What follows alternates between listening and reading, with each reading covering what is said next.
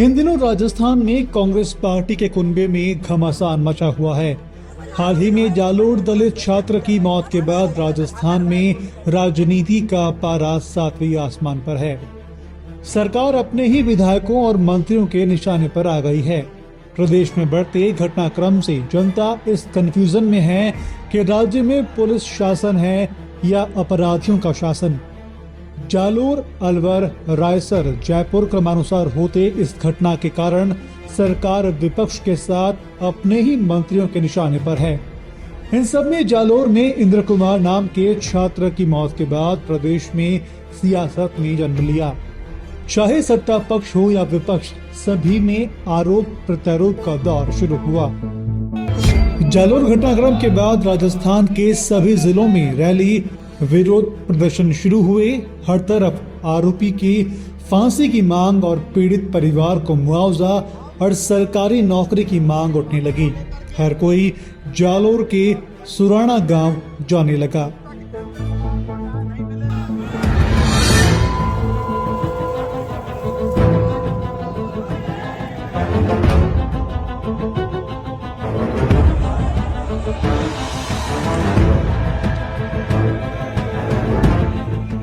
सत्ताधारी पार्टी के ही विधायक पांचन मेघवाल जब राजनीतिक रूप से घिरे तो इस्तीफे का ऐलान कर राजनीतिक बचाव में जुट गए।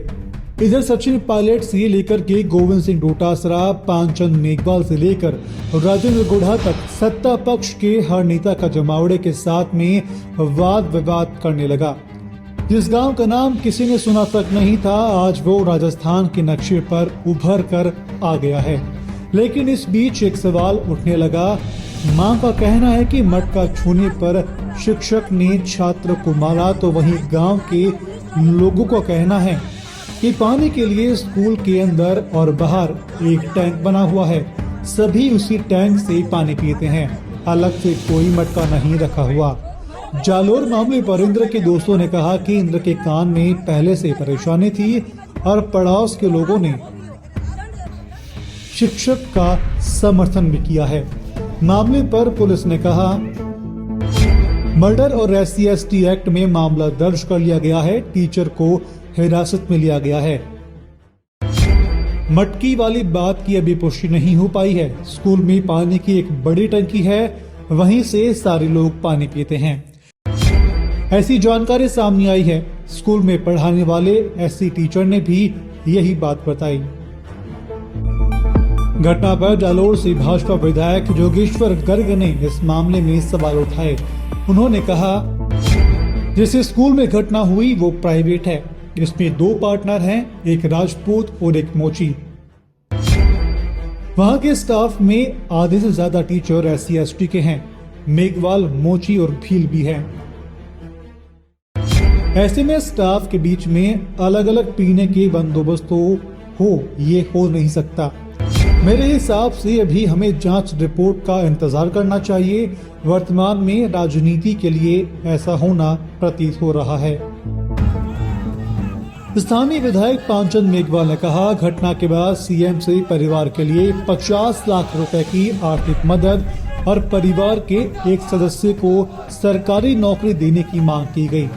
जब 24 घंटे तक इस पर कोई जवाब नहीं आया, तब मैंने विधायक पद से इस्तीफा भेजा और कहा देश आजादी का अमृत महोत्सव मना रहा है, लेकिन आजादी के 75 साल बाद भी प्रदेश में दलित और वंचित वर्ग पर लगातार अत्याचारों से मैं आहत हूँ।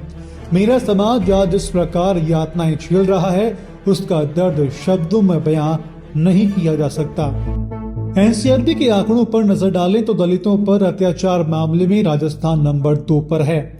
वहीं गृह मंत्रालय के आंकड़ों के मुताबिक 2018 से लेकर के 2020 तक राजस्थान में अकेले ही 18,418 दलितों पर जुल्म हुए। मुख्यमंत्री गहलोत के मुताबिक राजस्थान में पुलिस ऐसे मामलों में FIR दर्ज करती है, इसलिए आंकड़े बढ़ते दिख रहे हैं। लेकिन जांच और अनुसंधान के बाद सजा के मामले भी बढ़े हैं। मुख्यमंत्री गहलोत इन मामलों में पड़ोसी राज्यों की तस्वीर देखने पर जोर देते हैं। कांग्रेस और बीजेपी से अलग ऐसे मामलों में पीड़ितों का कुछ हो ना हो, लेकिन नेताओं को खूब सियासी टॉनिक देखा जा रहा है। गोविंद मेघवाल, अर्जुन राम मेघवाल जैसे नेता सोशल मीडिया और बयानों में दलितों के मुद्दों पर सीधी तकरार किए बैठे हैं। पीड़ित को न्याय की बात एक तरफ हो गई है और राजस्थान में इस घटना के बहाने दलित राजनीति के सिरे ज्यादा खुल गए हैं। जयपुर से रौनक पारेख और हरिनाम सिंह की रिपोर्ट।